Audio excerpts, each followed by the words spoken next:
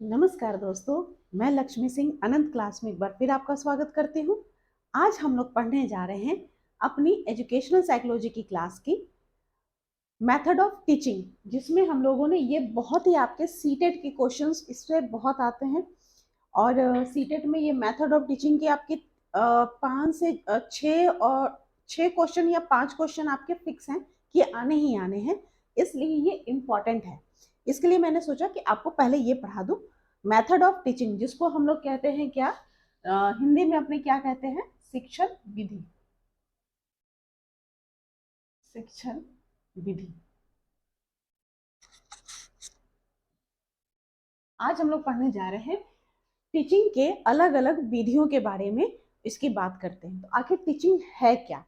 Teaching एक तरह का एक प्रक्रिया है जो बच्चे के बिहेवियर में चेंजेस लाने में काम करता है। किसके द्वारा? With the help of the teacher. इसको मैं शब्दों में लिखती हूँ। कोई आपसे अगर पूछेगा कि डिफाइन करिए टीचिंग क्या है, शिक्षण आखिर है क्या, अब कोई भी कुछ भी पढ़ा के चला जाए तो वो शिक्षण नहीं होता है। शिक्षण की एक टेक्निक होती है जो एक टीचर ही बता सकता है। तो बात यहाँ हो रही है कि अगर कोई कहे टीचिंग को डिफाइन कैसे करेंगे, तो हम लिखेंगे teaching is a process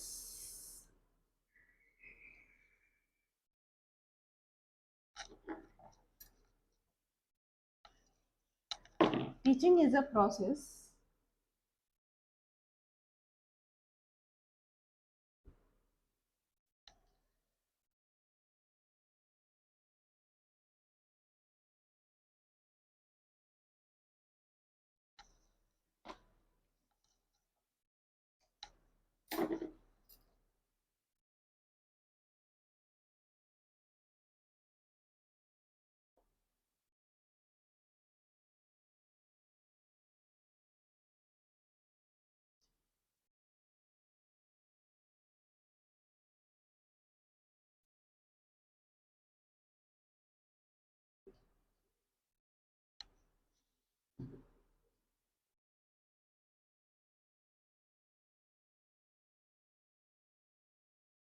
with the help of teacher। बहुत अच्छी टीचिंग के बारे में बात हुई है। कहता है यहाँ पर कि teaching is a process in which child brings desired change in his or her behavior with the help of the teacher। ठीक है, बात यहाँ कह रहा है कि टीचिंग वह एक प्रक्रिया है जिसमें बच्चा जो होता है, स्टूडेंट जो होता है, अपने बिहेवियर में डिजायर्ड जो जरूरी है वह चेंजेस लाता है। किसकी सहायता से? With the help of the teacher. कि बच्चा जब स्कूल आता है तो कहा जाता है कि वह एक कच्चे घड़े के समान, कच्ची मिट्टी होता है जिसको कुम्हार की तरह टीचर गढ़ता है। हम लोग कहते हैं ना कि टीचर क्या होता है, एक शिक्षक क्या होता है, एक कुम्हार की तरह होता है जो कच्चे मिट्टी को घड़ा बनाता है, एक पक्का बर्तन बनाता है। कुम्हार क्या होता है, चाक पे उसको घुमाता है हर शेप में। तो वह काम कौन करता है? हमारे स्कूल में टीचर करते हैं। तो टीचिंग की बात हो रही। अब आप कहोगे कि नहीं, टीचिंग तो शुरू हो जाती है घर से ही। ऑब्वियस ही बात है, घर से शुरू होती है, लेकिन जो हम लोग पढ़ रहे हैं ना, मेथड्स ऑफ टीचिंग, यह एक सिस्टम को दर्शाता है कि एक सिस्टम के तहत जहाँ पढ़ाई होती है वो जिसमें हमारा आता है स्कूल। ठीक है, तो स्कूल में बात हो रही है कि टीचर क्या है, एक कुम्हार है जो कच्चे मिट्टी जैसे बच्चे को गढ़ता है। किस प्रकार से गढ़ता है? तो अपनी टीचिंग के मेथड्स को अपना के। वही बात यहाँ पे हो रही है कि teaching is a process in which child brings desired change in his और हर, आइदर वो लड़का हो सकता है या लड़की, इस तरह से हिज और हर दोनों प्रयोग हो रहा है यहाँ पे, behaviour with the help of the teacher.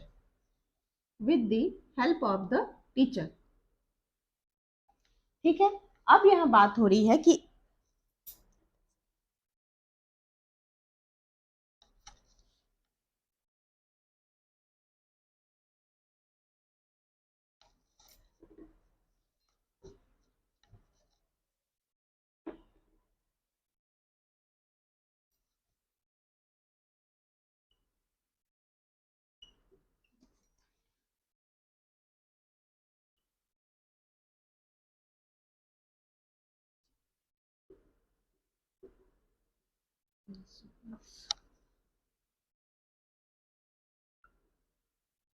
pedagogy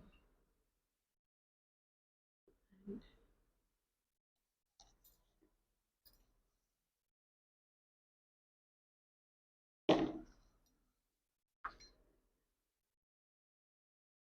management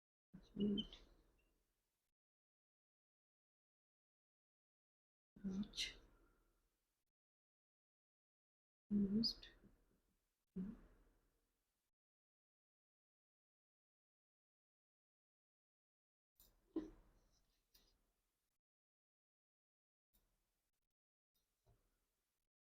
classroom instructions। अब एक चीज और बता रहा है कि टीचिंग के लिए कह रहा है क्या कि इट इज अ मेथड, एक क्या है, एक विधि है ऑफ ए जनरल प्रिंसिपल, एक सामान्य नियम की यह क्या है, एक विधि है, पेडागोजी है, यानी कि कह सकते हैं जिसको हम लोग कहते हैं ना पेडागोजी शिक्षण विधियां, मतलब क्या से बताएं, हिंदी शिक्षण जैसे हम लोग बोलते हैं ना हिंदी पेडागोजी, ठीक है। इंग्लिश शिक्षण, अंग्रेजी शिक्षण को क्या बोलते हैं, इंग्लिश पेडागोजी। गणित के शिक्षण को क्या बोलते हैं, मैथ्स पेडागोजी। उसी तरीके से यहाँ पे बात हो रही है टीचिंग के लिए, मैथ टीचिंग को एक डिफिनीशन दिया जा रहा है कि आखिर वो विधि है क्या, उसको क्या कह सकते हैं, और भी मेथड के अलावा इसको क्या कह सकते हैं टीचिंग को, उसकी बात हो रही है कि it is a method of general principle, सामान्य नियम की मेथड है, पेडागोजी है, एक टेक्निक जिसको बोलते हैं, and management approach used in classroom instruction, ठीक है। मैनेजमेंट अप्रोच यानी कि टीचर जो होता है ना टेक्निकली और हर चीजों को मैनेज करके पढ़ाता है, हर बच्चे को साथ लेकर चलता है। तो यह चीज कहाँ यूज होती है, ये जो टीचिंग की बात हो रही है, जो मैंने अभी बोला कि एक घर की पढ़ाई की बात नहीं हो रही, ये एक सिस्टम की पढ़ाई की बात हो रही है जो स्कूल से स्टार्ट होता है हमारे, उसकी बात हो रही है। तो यहाँ पे कहता है क्या कि ये जो जनरल प्रिंसिपल है, पेडागोजी वर्ड यूज हो रहा है टीचिंग के लिए, मैनेजमेंट अप्रोच यूज हो रहा है, ये कहाँ पर यूज करते, इन द क्लासरूम इंस्ट्रक्शंस, ठीक है। नाउ हम कह सकते हैं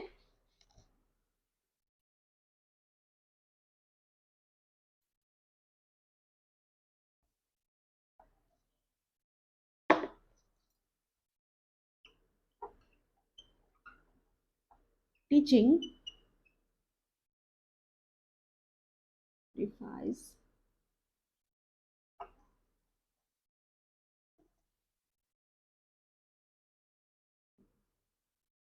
feeling, thinking and doing of the student।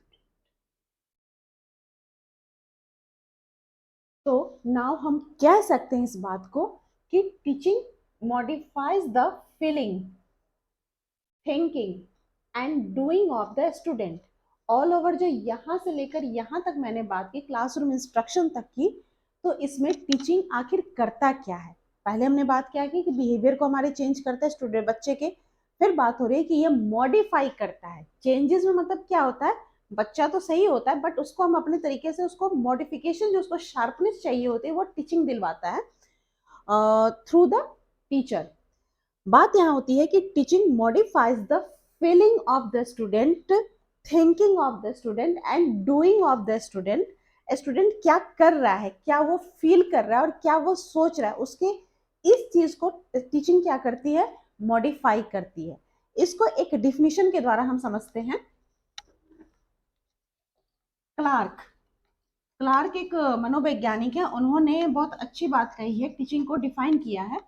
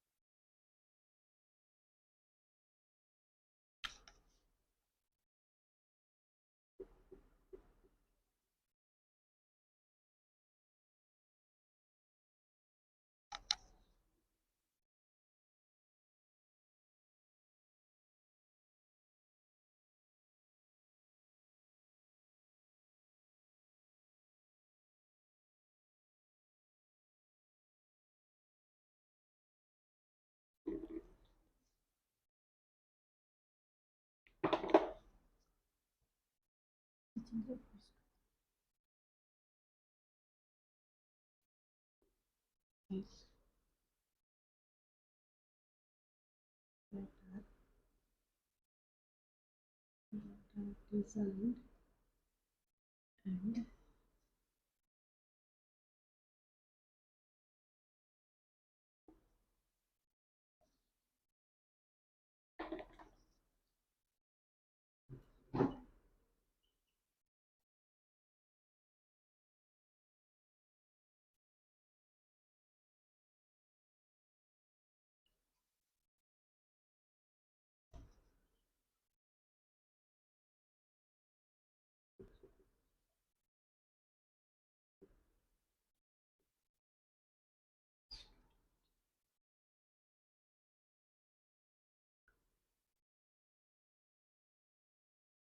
बहुत अच्छी बात डिफाइन की है टीचिंग के बारे में क्लार्क ने।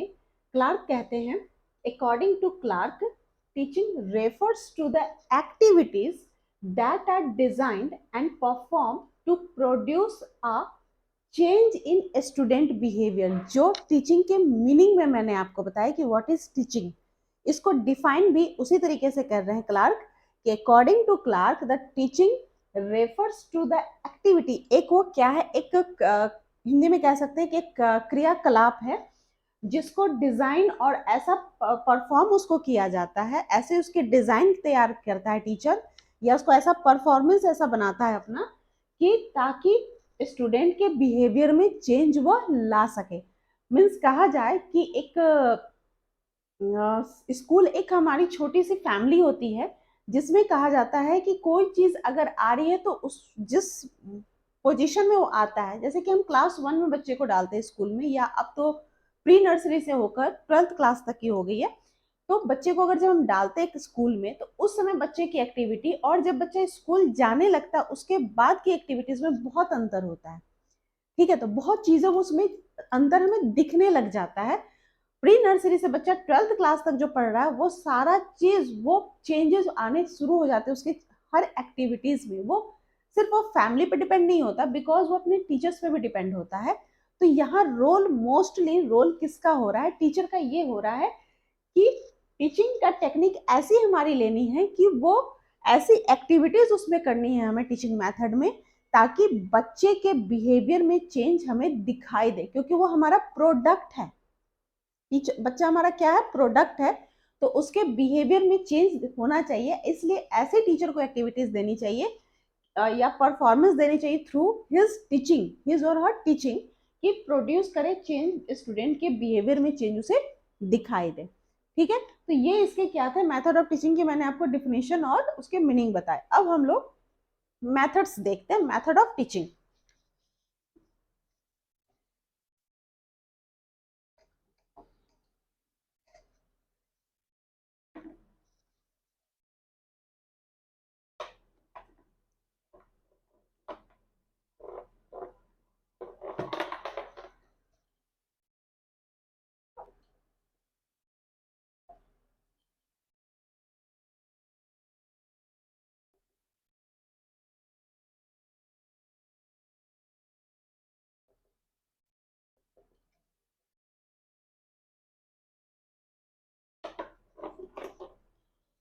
कहता है क्या कि मेथड ऑफ टीचिंग और लर्निंग, लर्निंग भी तो साथ में हमारी चल रही है।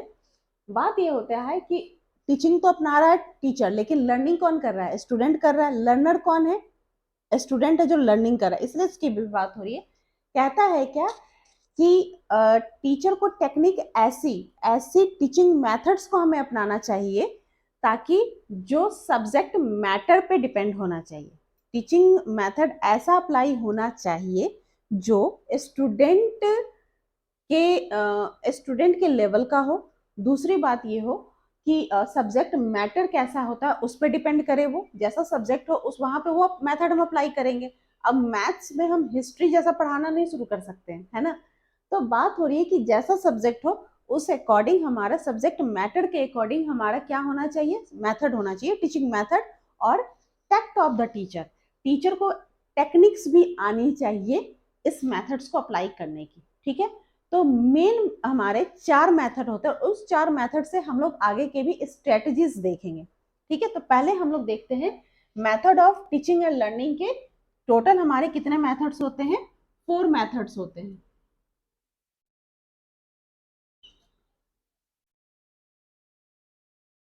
फर्स्ट है telling method,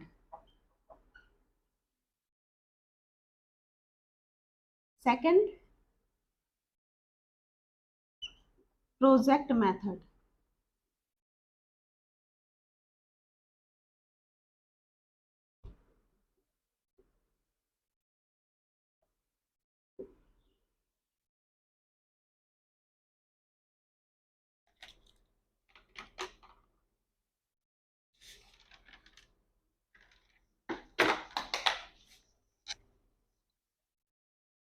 project method, third is visual method and fourth is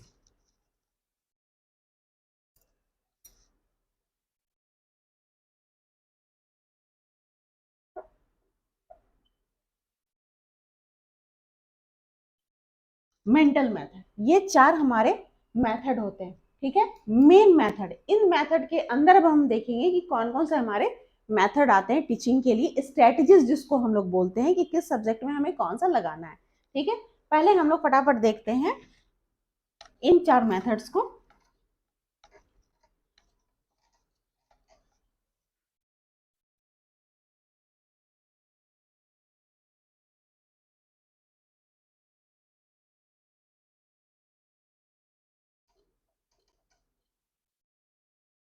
method से ही आपको समझ में आ रहा है कि क्या कह रहा है ये, कहने की विधि हमारी कैसे होनी चाहिए। इसमें बात हो रहा है कि इन दिस मेथड हम कह सकते हैं, या इस तरीके से कहें, this method of teaching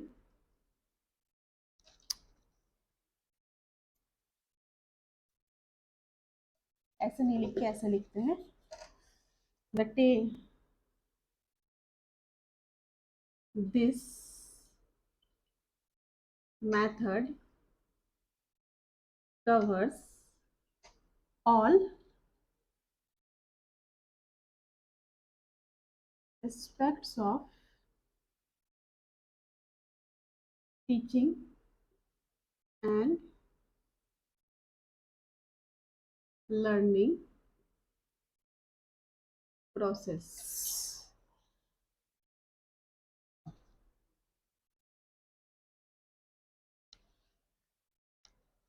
This method covers all aspects of teaching and learning process which delivered orally,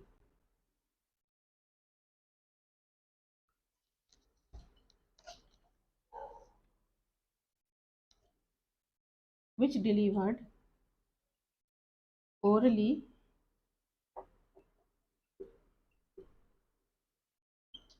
to students during teaching. ठीक है, अब यहाँ बात हो रही है टेलिंग मेथड। टेलिंग मेथड को हम लोग ऐसे भरभरी कोई पूछता तो हम क्या कहेंगे कि जिसमें हम बोलते हैं। ठीक है, बोल के समझाने की प्रक्रिया। तो बात होती है कि this method covers all aspects of teaching and learning process. हर किसी में आपको बोलना है, कोई भी मेथड आप अपना लो उसमें बोलना ही बोलना है।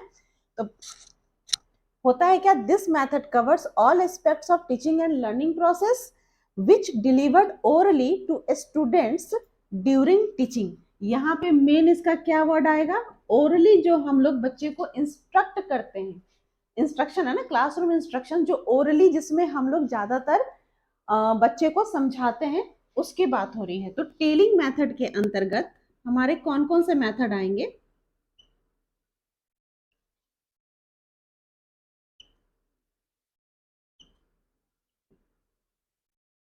पहला आ जाएगा हमारा discussion method,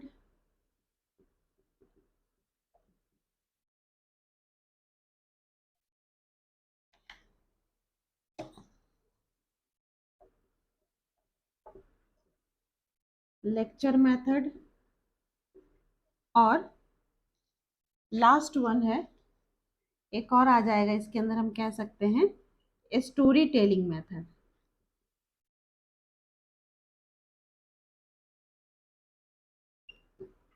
and so on लगा दीजिए। और भी अगर आपको कोई और भी मेथड इसमें दिखते हैं, मुझे तो ये 3 दिमाग में आ रहे थे, और भी अगर देखते हैं तो आप इसमें मेथड डाल सकते हो, क्योंकि ओरली ज्यादातर ही है। तो बात हो रही है कि इस टेलिंग मेथड के अंतर्गत कौन कौन सा मेथड आते हैं। Discussion method, lecture method, story telling method, ये मेथड्स मैं आपको आगे भी पढ़ाऊंगी। अब हम बात करते हैं दूसरे पॉइंट की।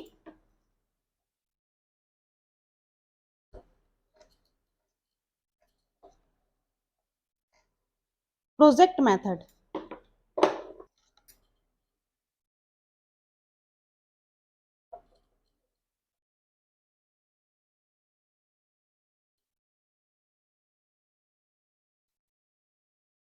दिस मेथड covers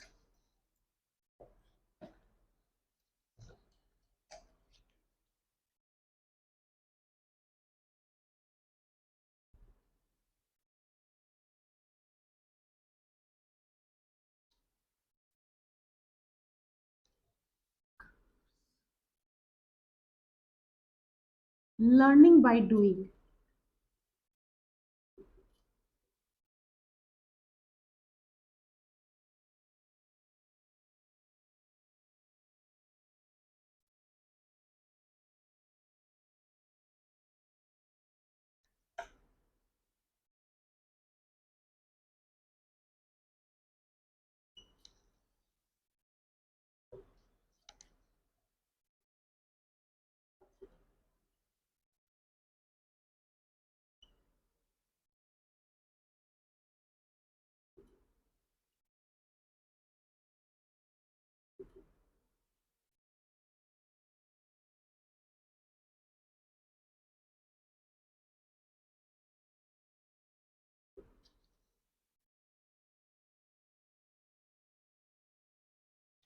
कहता है क्या कि प्रोजेक्ट मेथड में हम लोग जानते हैं कि इस मेथड में क्या होता है, लर्निंग बाय डूइंग, यानी करके सीखने पे ज्यादा बल देता है टीचर।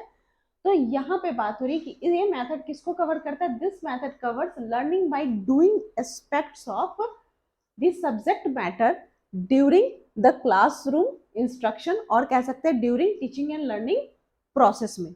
ओके, ये बात समझ में आ रही है कि उसमें क्या था, फर्स्ट वाले पॉइंट में टेलिंग था, यानी कि ओरली करते हैं हम लोग, ओरल पे ज्यादा ध्यान देते हैं। और प्रोजेक्ट मेथड में किस में बात करेंगे, लर्निंग बाय डूइंग पर। अब बात होगी कि इसके अंतर्गत कौन से आ जाएंगे।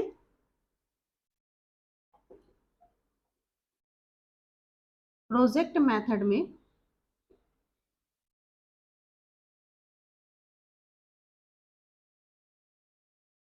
हमारा कौन कौन सा आ जाएगा। एक आएगा प्रोजेक्ट मेथड, तो आएगा ही, इसके बारे में और भी पढ़ेंगे हम लोग। Project method. दूसरा होगा प्रॉब्लम सॉल्विंग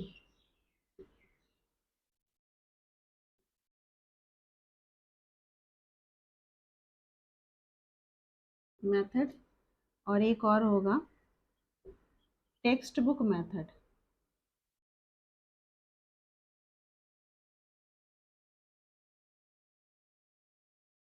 फिर मैं नीचे लगा दे रही हूँ एंड सो ऑन, अगर और भी कुछ दिख जाए तो आप इसको अपने से भी इसमें ऐड ऑन कर सकते हैं, ठीक है। तो इस प्रोजेक्ट मेथड के अंदर 3 हमारे मेथड आ रहे हैं। मेन जो है वह क्या है, प्रोजेक्ट मेथड तो आएगा, इसके और डिटेल में हम लोग पढ़ेंगे। Problem solving method, text book method, ठीक है। अब नेक्स्ट देखते हैं visual method.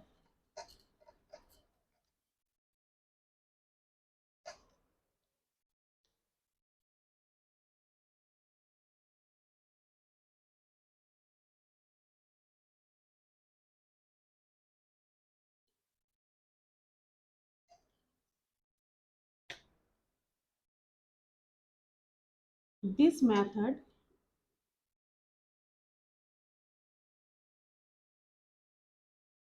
covers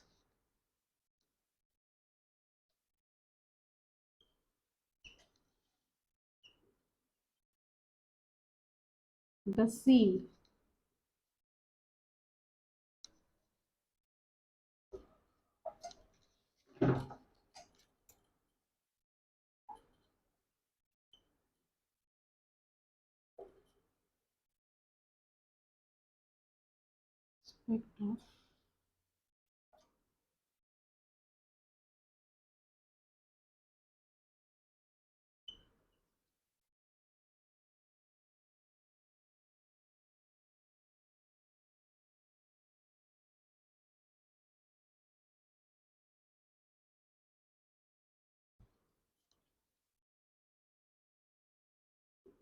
teaching and learning process.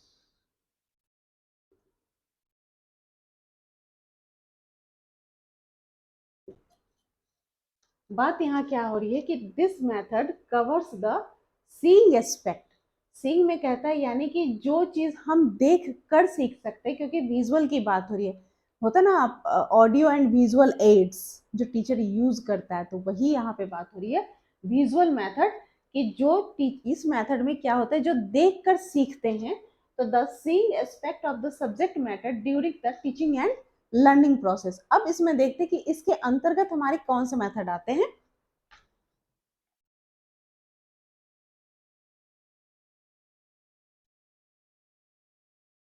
Visual method में दो मेन आते हैं।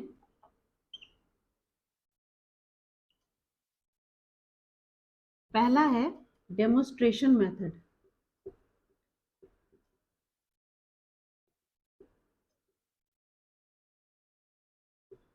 जो हम लोग लेबोरेटरी में साइंस वाले सब्जेक्ट में ज्यादा यूज करते हैं, डेमोन्स्ट्रेशन मेथड। और method super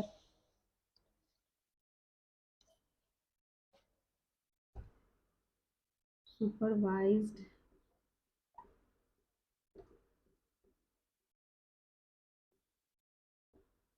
study method.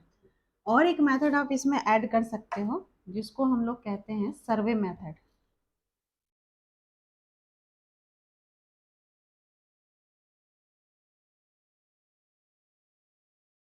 Survey method, ठीक है, जो आप सर्वे करके कोई आप देखते हो कि क्या उसमें निकल रहा है।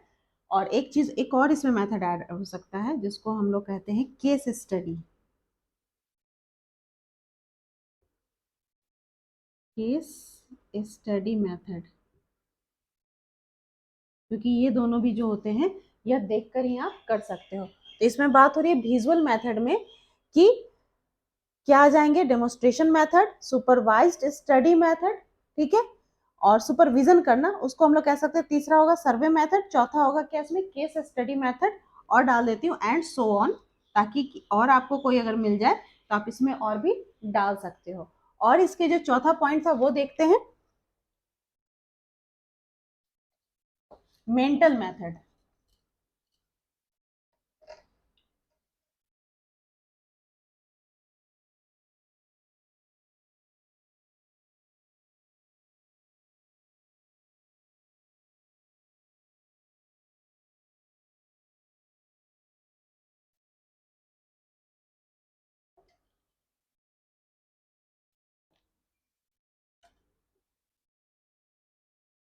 This method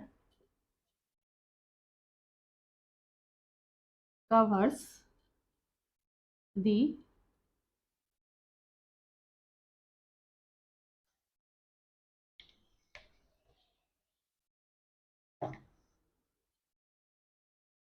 cognitive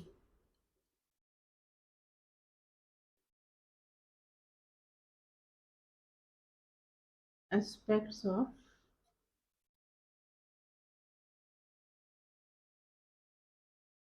the subject matter during teaching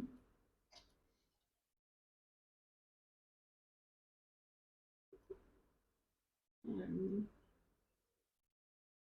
process।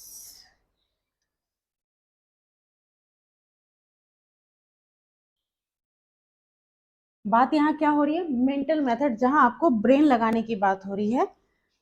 बात होता है कि ये किस एस्पेक्ट्स को कवर करता है। ये जो चार मेथड मैंने मेन बताए, इसमें टीचर ने ये चार कैटेगरीज बांट दी है, बट इसके अंदर बहुत सारे मेथड आते हैं। तो उस कैटेगरी वाइज में इसमें कहा गया है कि किसमें क्या डेवलपमेंट आना है बच्चे का, कौन सा भाग हमें देखना है और उसको हमें विकसित करना है, उसमें चेंज करना है, मॉडिफिकेशन करना है। तो मेंटल मेथड में कहता है क्या कि किस चीज पे एस्पेक्ट में हमें ध्यान देना है, कॉग्निटिव एस्पेक्ट्स पे ध्यान देना है, सब्जेक्ट मैटर के कॉग्निटिव एस्पेक्ट्स को ये मेंटल मेथड अप्लाई करता है। अब बात हो रही है क्या कि मेंटल मेथड में कौन कौन से आ जाते हैं मेथड्स हमारे।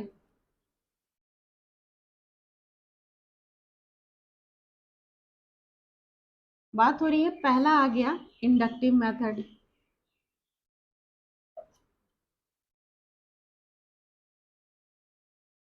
दूसरा आ गया डिडक्टिव मेथड,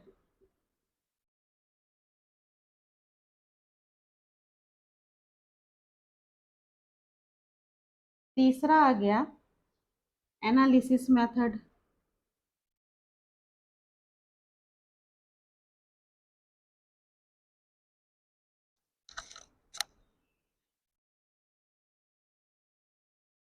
चौथा आ गया सिंथेसिस मेथड।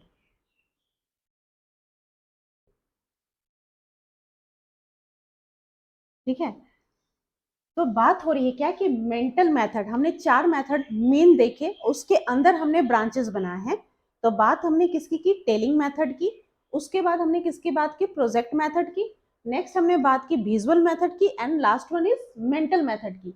ये 4 मेन है जिसको लेकर टीचर हर एक मेथड्स को अप्लाई करता है। तो अब हम लोग इसमें हम लोग जो ना जितने भी हमने मेथड इसके इंटरनल ब्रांचेस देखे हैं, इसको हम लोग नेक्स्ट वीडियो में डिस्कस करेंगे। तो उम्मीद है दोस्तों आपको आज की मेरी क्लास अच्छी लगी होगी। आज हम लोगों ने मेथड ऑफ टीचिंग को समझा, उसके मीनिंग को, उसकी परिभाषा को जाना और उसके एस्पेक्ट्स को जाना है, 4 एस्पेक्ट्स को जाना है। नेक्स्ट वीडियो में जो हमने ब्रांचेज इसके मेथड्स के बताए वो हम लोग डिस्कस करते हैं। मेरे चैनल के साथ अगर नए हैं तो फटाफट इसको लाइक करिए और सब्सक्राइब करिए और मेरे चैनल के साथ बने रहिए। मिलती हूँ नेक्स्ट वीडियो में, नेक्स्ट इस टॉपिक को आगे बढ़ाते हुए। तब तक के लिए नमस्कार।